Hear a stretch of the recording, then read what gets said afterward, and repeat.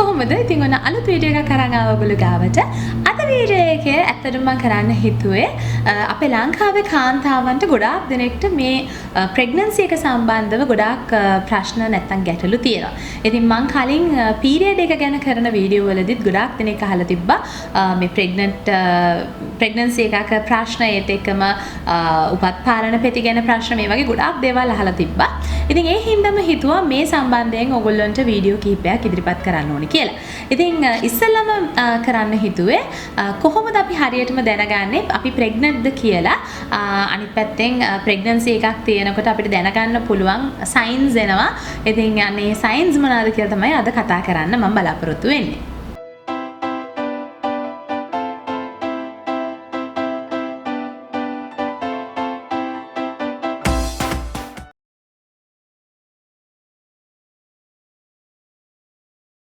ඉතින් ඉස්සෙල්ලාම කතා කරන්න යන්නේ හැමෝම දන්නවා ප්‍රෙග්නන්ට් වුණාම සාමාන්‍යයෙන් අපේ පීරියඩ් එක හැදෙන එක නතර වෙනවා. ඉතින් අනිවාර්යෙන් මම කලින් කියලා තියෙනවා පීරියඩ් එකක් සාමාන්‍ය දින ගණන දවස් 28ක් කියලා. ඉතින් දවස් 28ක් උණු තැන ඉඳන් තවත් දවස් 10ක් වෙනකන් ඔයගොල්ලන්ට බලන්න පුළුවන්. මොකද සාමාන්‍යයෙන් පීරියඩ් එකක් දවස් 10ක් එහා මෙහා වෙන්න පුළුවන්. කලින් එන්නත් පුළුවන්, පහුවෙලා එන්නත් පුළුවන්. හින්දා ඔයගොල්ලෝ පීරියඩ් එක හැදෙන්න නියමිත දිනයේ සිට දින 10ක් දක්වා චුට්ටක් බලන්න තමන්ගේ පීරියඩ් එක හැදෙනවද කියලා.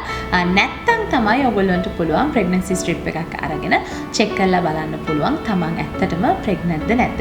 දෙවෙනි කාරණේ තමයි හිස බරගතිය සහ වමනේ යෑම. ඉතින් මෝර්නිං සික්නස් කියලා කියනවා. ගොඩක් වෙලාවල් වලට උදේට නැගිටිනකොට හරි අමාරුයි, ඔළුව බරයි වගේ දැනෙන්න ගන්නවා. ඊට පස්සේ අපිට නිතරම උදේ නැගිටට පස්සේ ටිකක් වමනේ ගතියක් එන්න ගන්නවා. නැත්නම් ඔක්කාරයක් වගේ එන්න ගන්නවා. ඉතින් මෙන්න මේ සිම්ප්ටම්ස් සාමාන්‍යයෙන් එනවා නම් පීරියඩ් එක නතර වෙලා මේ වගේ සිම්ප්ටම්ස් එනවා නම් අනිවාර්යෙන් ඔයගොල්ලෝ සැලකිලිමත් විය යුතුයි. පොඩ්ඩක් චෙක් කරන්න ඔයගොල්ලෝ ප්‍රෙග්නන්ට්ද නැද්ද කියලා ස්ට්‍රිප් එකක් අරගෙන බලන එක සුදුසුයි. ඉතින් මේ දේ පීරියඩ් එක නතර වෙන්නම අවශ්‍යතාවයක් නැහැ. පීරියඩ් එකට දින කිහිපයක් තියලා හරි එක දිගට සතියක් විතර මේ විදිහට ඔයගොල්ලන්ට මම දැන් ඉස්සරහට කියන ලක්ෂණත් එක්ක පෙන්눔 කරනවා නම් පොඩ්ඩක් සැලකිලිමත් වෙන එක වටිනවා. වෙන්න පුළුවන් දෙයක් ඇවිල්ලා අධික හිසේ කැක්කුම සහ කලන්තෙට වගේ එන්න පුළුවන්. ගොඩක් වෙලාවල් වලට ප්‍රෙග්නන්ට් කන්සීව් වෙලා නම් තමන් කන්සීව් වෙලා මේ වගේ ලක්ෂණත් පෙන්눔 කරන්න පුළුවන්. ප්‍රෙග්නන්සි එකක early stage එකේ කියන්නේ ප්‍රෙග්නන්ට් කියලා දැනගන්න කලින් මෙන්න මේ සයින්ස් ඔයගොල්ලන්ට පෙන්වන්න පුළුවන්. ඊළඟට තවත් වෙන්න පුළුවන් කාරණයක් ඇවිල්ලා තමන්ගේ ශරීරය ටිකක් ඉදි වෙන්න පුළුවන්. නැත්නම් බ්ලෝට් වෙන්න පුළුවන්. water retention එකක් තියෙන්න පුළුවන්. ඉතින් විශේෂයෙන්ම ඔබගේ පපුව ප්‍රදේශය ඉදිමීමක් සිද්ධ වෙන්න පුළුවන්. ටිකක් පිම්බිලා වගේ තියෙන්න පුළුවන්. අපි දන්නවා සාමාන්‍ය පීරියඩ් එකක් හැදෙන්නේද්දිත් මේ ගති ලක්ෂණ පෙන්눔 කරනවානේ. ඉතින් මේ මං කියන ලක්ෂණ වලින් දෙක තුනක් එකට තියෙනවා නම් තමයි ඔයගොල්ලෝ සැලකිලිමත් විය යුත්තේ. ඊළඟ දේ ඇවිල්ලා සාමාන්‍යයෙන් ප්‍රෙග්නන්ට් වුණාම නිතරම වොෂ්රූම් එකට යන්න වෙන අවශ්‍යතාවයන් වැඩි. මොකද ගොඩක් වතුර බොන හේතුවත් සමහර විට හේතු කාරණා වෙනවා. හැබැයි ප්‍රෙග්නන්සි එක කන්සීව් වෙලා තියෙනවා නම් නිතර වොෂ්රූම් එකට යෑමේ අවශ්‍යතාවයක් මතුවෙන්න ගන්නවා. ඒත් එක්ක මේ එකම වෙන්න පුළුවන් තව දෙයක් තමයි ඔයගොල්ලන්ට කොන්ස්ටිපේෂන් නැති වෙන්නත් පුළුවන්. ඒ කියන්නේ টয়ලට් යන්නේ නැතිවීමේ අවකාශය තියෙන්නත් පුළුවන්. මොකද හේතුව වෙන්නේ මේ දැන් මේ ප්‍රෙග්නන්සි එකක් කන්සීව් වුණාම අපේ ශරීරයේ තියෙන හෝමෝන් ඔක්කොම ඉම්බැලන්ස් තාවයකට පත් වෙන්න පුළුවන්. ඉතින් එතකොට සාමාන්‍යයෙන් අපේ සාමාන්‍ය ජීවිතයේ අපේ ශරීරයේ සිදුවන ක්‍රියාවලියන් චුට්ටක් වෙනස් වීමේ ප්‍රවණතාවයක් තියෙනවා. ඉතින් ඒක නිසා constipation තත්ත්වයක් ඇතිවීමේ හැකියාවක් තියෙනවා. මේ සියලු දේට අමතරව ඔයගොල්ලෝගේ mood swings එන්නත් පුළුවන්. නැත්තම් mood එක නිතර ඉක්මනින් වෙනස් වීමේ හැකියාව තියෙනවා. හරි ඉක්මනට කේන්ති යාම හෝ හරි ඉක්මනට දුකක් දැනීම හෝ මෙවැනි තත්ත්වයන් සිද්ධ වීමේ හැකියාවකුත් තියෙනවා අපි සාමාන්‍යයෙන් ප්‍රෙග්නන්ට් වුණාම.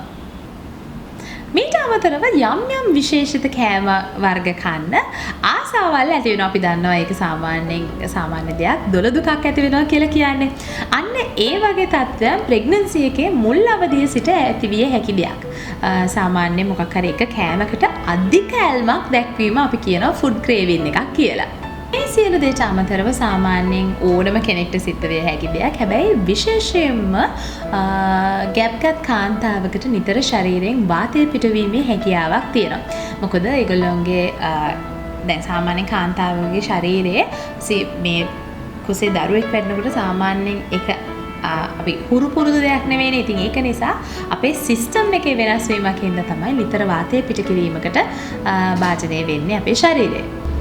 ඊට අමතරව කොන්දේ අමාරුවක් එන්න පුළුවන්. සාමාන්‍යයෙන් අපි දන්නවා පීරියඩ් එක හැදෙද්දිත් අපිට කොන්දේ යටි කොටසේ සමහර අයට ක්‍රෑම්ප්ස් එන්න ගන්නවා. ඉතින් ප්‍රෙග්නන්සි එකේ early stage එකේදී මෙවැනි තත්ත්වයක් ඇති විය හැකියි.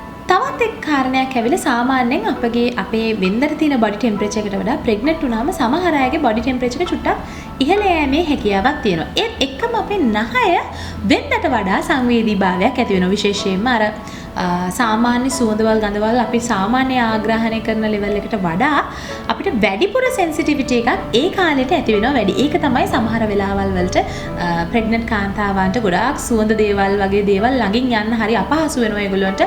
ඒක දරා ගන්න අපහසු වෙනවා. මොකද ඒ කාලෙට කාන්තාවකගේ ඇත්තටම මේ ස්මෙලිං සෙන්ස් එක චුට්ටක් වැඩියෙන් වෙන්න පටන් ගන්නවා.